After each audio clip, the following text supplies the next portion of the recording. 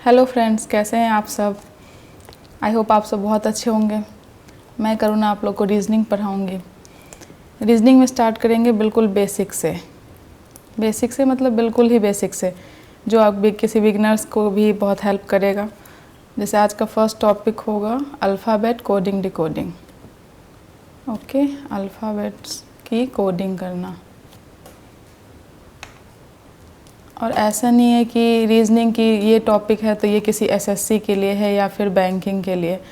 मैं जो इसमें पढ़ाने वाली हूँ, बताने वाली हूँ, वो एसएससी का भी कोई भी एग्ज़ाम हो, चाहे सीजीएल का एग्ज़ाम हो, सीएचएसएल हो, एमटीएस का हो, सीआईएसएफ हो, सीपीओ हो, कुछ भी हो, हर एक में आएगा ये। मतलब ये ऐसा टॉपिक है कि इससे आपको सब हर कोई भी क्वेश्चन सॉल्व करने में हेल्प मिलेगी। वैसे ही किसी बैंकिंग का एग्ज़ाम हो या इंश्योरेंस का हो, इसमें भी अगर आपको ये अल्फ़ाबेट्स की कोडिंग और डिकोडिंग याद रहे, मतलब आप समझे रहोगे, तो आपका जो आप विद इन मिनट करोगे वो क्वेश्चंस, वो आप विद इन सेकेंड कर सकते हो। ओके, तो चलिए without any delay let us start the topic.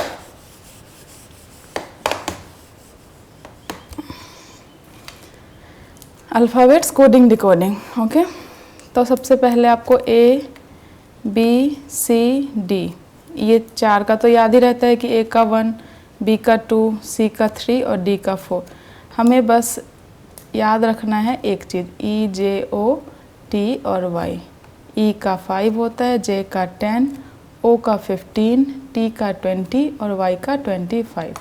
बस इतना ही आपको याद रखना है, बाकी आप सारी चीज़ें समझोगे। ओके, और ए से डी तो आपको याद ही रहेगा, ए बी सी डी तो स्टार्टिंग का होता है, तो ये चीज़ें तो आपको पता ही होंगी।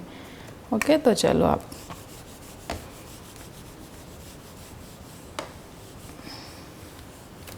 अब देखो एफ़ का कैसे करते हैं। एफ़ जी एच आई, हमें एफ़ की क्या कोडिंग है हमें पता नहीं है, तो एफ़ का करने के लिए एफ़ ऐसे लिखते हैं, इसे यूँ ऐसे कर दो तो 6 हो गया। एफ़ की कोडिंग 6 होती है।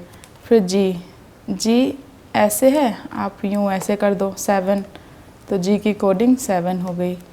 एच ऐसे लिखते हो, ऊपर से ऐसे राउंड कर दो, नीचे से ऐसे राउंड कर दो, तो जी की कोडिंग 8 हो गई। आई तो ऐसे भी लिखा जाता है, तो 9, तो आई की कोडिंग 9 हो गई। है ना बहुत मज़ेदार। इसमें कुछ भी हमें याद नहीं रखना है, बस चीज़ें समझनी है कि ऐसे कर दो, जी में ऐसे कर दो, यूँ कर दो, बस होती जाएंगी। आई तक हो गया।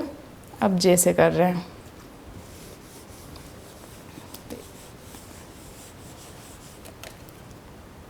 जे के एल एम, जे का हमने बताया था ई जे ओ आई टी वाई में, जे का 10 होता है। फिर के का जो पहली इसकी लाइन है उसे स्ट्रेट कर दो, और जो दूसरी वाली लाइन है उसे भी स्ट्रेट करके ओपन कर दो, तो ये भी हो गया 11। फिर के एल के डायरेक्ट बाद आता है, तो एल का 12, एम का ऐसे 1, और फिर यूँ करके इसे एंटी क्लॉकवाइज राउंड कर दो, घुमा दो, तो ये एम का 13 हो गया। तो ऐसे जे का ई जे ओ टी वाई ऐसे 5, जे का 10, 15, 20, 25, ये हमें पता है। के का 11 हो गया, दोनों लाइनें को स्ट्रेट ओपन कर दोगे। एल के बाद आता है, तो के एल हमें वैसे भी याद रहा है, के का 11 तो एल का 12, एम का 13, एम को यूं करके क्लॉकवाइज डायरेक्शन में मूव कर दोगे तो एम का 13 हो जाएगा। ओके, और हाँ फ्रेंड्स, अगर आप चैनल पे न्यू हो तो सबसे पहले चैनल को सब्सक्राइब कर लेना, वीडियोस को लाइक ज़रूर करना ताकि मुझे मोटिवेशन मिले, और बेल आइकन ज़रूर प्रेस करना ताकि नोटिफिकेशंस आपको सबसे पहले मिले। ओके, तो एम तक हो गया था। अब चलो स्टार्ट करते हैं एन से। N O P Q R S T U. N, M के बाद एन आता है। एम का हमने देखा था कि 1, और इसे क्लॉकवाइज डायरेक्शन में मूव कर दोगे तो 13 हो जाएगा। एम के जस्ट बाद एन आता है, तो 13, 14 याद ही रहेगा हमें। ओ 15 हमने यहाँ से बोला था कि 15 याद कर लेना, तो ओ का 15 हो जाता है। फिर पी का 16 1, और पी को जस्ट ऐसे ऐसे उल्टा पी लिखोगे, पी को उल्टा लिख दो तो 16 हो गया। क्यू का ऐसे ये यूँ कर दो तो 17 हो गया। जी का 7 होता है, क्यू तो बाद में आता है ना, तो 17 हो गया। ऐसे ही आर का 1, आर का यूँ इसमें ऐसे यूँ कर दो तो 8 हो गया, 18। ओके, ये समझाने के लिए। फिर एस का इसमें यूँ कर दो तो 19 हो गया। टी का हमें 20 पता है, यू जस्ट टी के बाद आता है तो 21। ओके, तो आर का भी इसे नीचे से मूव कर मिला दो इसे तो 18 हो गया। एस में ऊपर से मिला दो तो 19 हो गया। टी का 20, यू का 21। आ रहा है ना मजाक पढ़ने में? बताई थी ना, ऐसे याद रख लोगे, ऐसे समझ जाओगे तो फिर चाहे बैंकिंग का एग्ज़ाम हो या एसएससी या रेलवे, कोई सा भी एग्ज़ाम हो, बहुत जल्दी कर लोगे क्वेश्चंस को सॉल्व। अभी मैं क्वेश्चंस भी बताऊंगी इसके बाद ताकि क्लियर हो जाए कॉन्सेप्ट। टी तक बता दिया था ना, यू तक वी, डब्ल्यू, एक्स, वाई और जेड। वैसे जेड का तो 26 पता ही होता है हमें, एक्स वाई जेड का तो पता ही होता है 25, लास्ट के 3 4 और स्टार्टिंग के 3 4, सॉरी ये तो पता ही होता है। एक्स 24, वाई 25 और जेड का 26। डब्लू का टी एल एम का 13 होता था, तो डब्लू उसके बाद आता है तो 23, ये 20s वाले में आ जाता है तो 20, और इसे अब एंटी क्लॉकवाइज घुमा दो तो 3 हो गया 23। वी डब्लू से पहले आता है तो इसका 22। ओके, तो आज हमने ए से जेड तक की पूरी कोडिंग सीख ली। अब आपको होप समझ में आ गया होगा कि कैसे किसकी कोडिंग हमें कैसे समझना है, कैसे याद रखना है। अब मैं इसे क्वेश्चन से बता रही हूँ ताकि ज़्यादा क्लियर हो जाए कॉन्सेप्ट। वीडियो ज़्यादा लंबा नहीं करूँगी। जैसे आप लोग कहते होंगे ना कि हाँ ये तो एसएससी का है या फिर बैंकिंग का, तो देखो बैंकिंग में ऐसे क्वेश्चंस आते हैं इस पे बेस्ड। बैंकिंग में इसे जैसे पेयर फॉर्मेशन करके दे देता है, पेयर फॉर्मेशन।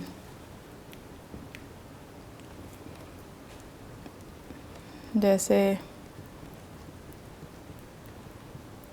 ऐसे दे दिया कि how many pairs of letters are there in the word student in which there are many letters between them as they have in the English alphabets.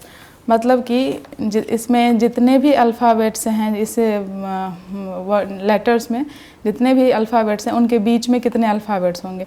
अब हम काउंट करने बैठेंगे तो बहुत टाइम लग जाएगा। जो एस और टी, एस टी तो चलो कंटिन्यूसली हो गया तो एस और टी, फिर टी से यू, एस टी यू, ये 3 तो लगातार हो गए। बट यू के बाद डी, यू से हम उल्टा फिर काउंट करना शुरू करेंगे, U V W X Y Z A B C D, तब आएगा, तब तक तो बहुत टाइम टेकिंग हो गया ना। तो इसलिए अगर हमें ये कोडिंग्स याद रहें सबके कि हाँ एस की कोडिंग क्या होती है, टी की कोडिंग क्या होती है, यू की क्या होती है, तो हम तुरंत से कर लेंगे इसका आंसर। तो बैंकिंग में यही ऐसे क्वेश्चंस आते हैं इस पे बेस्ड, इसलिए मैंने ये बताया। और इसलिए ये नहीं कहा कि हाँ बस ये रीजनिंग मैं जो पढ़ाऊँगी वो रीजनिंग होंगी, ऐसा नहीं हो कि वो बैंकिंग की रीजनिंग होगी या एसएससी की, ये सिर्फ बैंकिंग वाले बच्चे को देखना है या एसएससी वाले बच्चे को देखना है, ये सारे बच्चे को, हर एक बच्चे को देखना है। जैसे एस का मैंने बताया था, देखो आप लोग खुद बता सकते हो। अब एस का क्या हो जाएगा, ऐसे यूँ कर दिया तो 19 हो जाएगा। टी का ई जे ओ टी वाई, टी 20, 25, 15, 10 और 5। देखो एस का 19 बताया था ट्रिक उससे, टी का 20, यू टी के जस्ट बाद आता है बताया था 21, डी का तो 4, ई का 5 और एन, एन के एल एम एन, एम का क्या से बताया था, एम यूँ करके इसे क्लॉकवाइज 13, तो एन का हो जाएगा 14 और टी का फिर 20। आप लोग को याद रहेगा। अब देखो, अब नंबर से तो हमें आसानी होती है ना कि हाँ 19 के बाद 20 आता है, 20 के बाद 21 आता है, तो ऐसे आप आसानी से कर लोगे।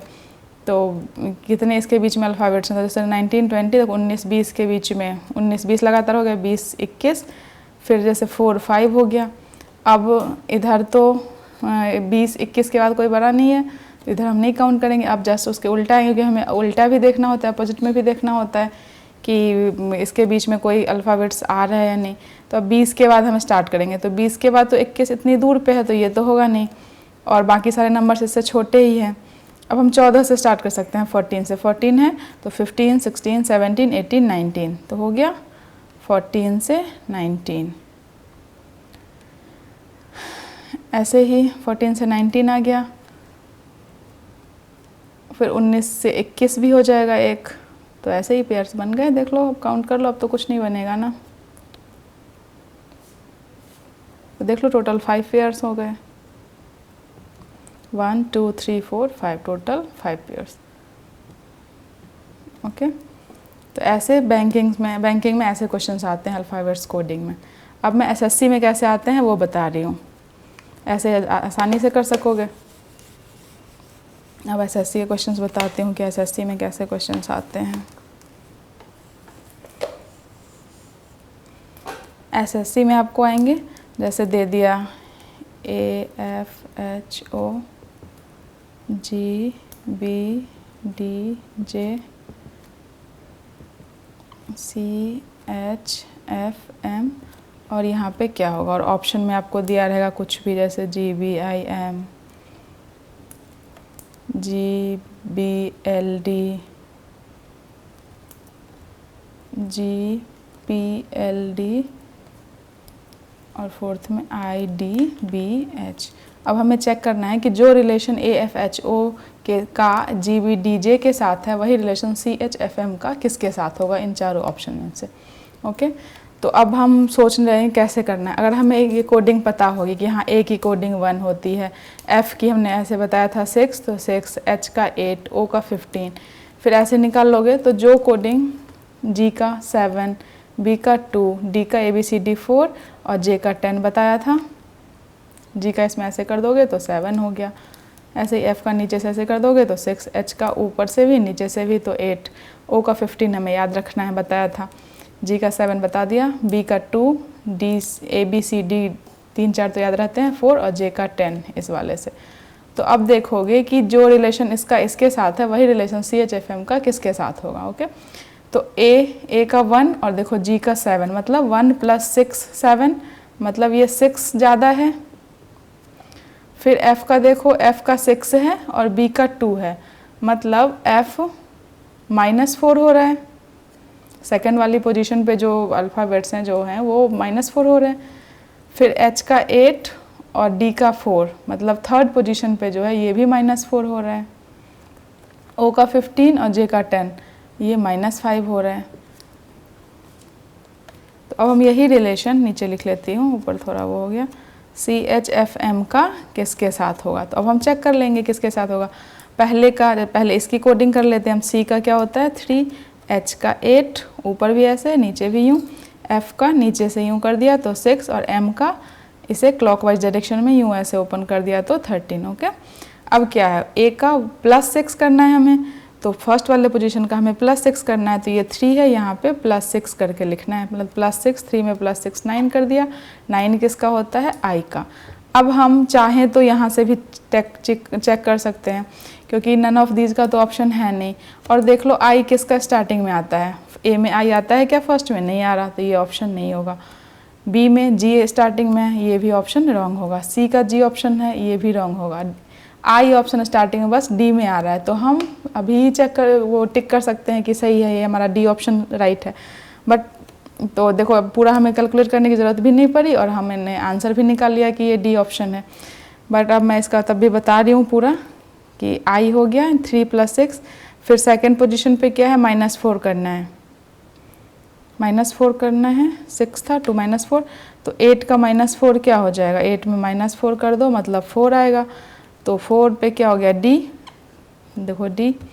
फिर 6 थर्ड पोजीशन पे क्या करना था, थर्ड पोजीशन पे भी -4 करना था, तो थर्ड पोजीशन पे भी हमने -4 करा, 6 - 4 पोजीशन पे 2 आएगा, 2 का क्या होता है B। और फोर्थ पोजीशन पे M, फोर्थ पोजीशन पे यहाँ पे क्या करना था, -5 करना था, तो 13 और -5 कितना हो गया 8, 8 किसका आता है H का, तो हो गया ना। वैसे हमने ये निकाल दिया, बट बिना निकाले सिर्फ I निकालने से भी हमारा ऑप्शन ये मिल गया था, तो कितना कम टाइम लगा और सॉल्व हो गया, अगर हमें ये कोडिंग सारे इसके नंबर्स याद हैं तो ऐसे ही क्वेश्चंस और भी क्वेश्चंस कराऊंगी जो प्रैक्टिस हो जाएगी, और आप लोग भी अपना खुद से प्रैक्टिस करते रहना। अब वीडियो को ज़्यादा लंबा ना करते हुए फिर इसका जो नेक्स्ट अल्फ़ाबेट्स की ही इसके अपोजिट्स बताऊंगी या और भी सारे टॉपिक्स बताऊंगी, वो फिर नेक्स्ट वीडियो में होगा, ताकि आप थोड़े थोड़े 10 मिनट 15 मिनट की वीडियोस होंगे तो आपको आपके पास 15 मिनट के टाइम तो निकल ही जाएंगे, आप आसानी से उसे देख सकते हो, पढ़ सकते हो, सॉल्व कर सकते हो, समझ सकते हो। तो चलो फ्रेंड्स, चैनल को लाइक कर देना, सब्सक्राइब कर देना और बेल आइकन के प्रेस को ज़रूर हिट करना ताकि नोटिफिकेशंस आपको सबसे जल्दी मिले। Okay, thank you.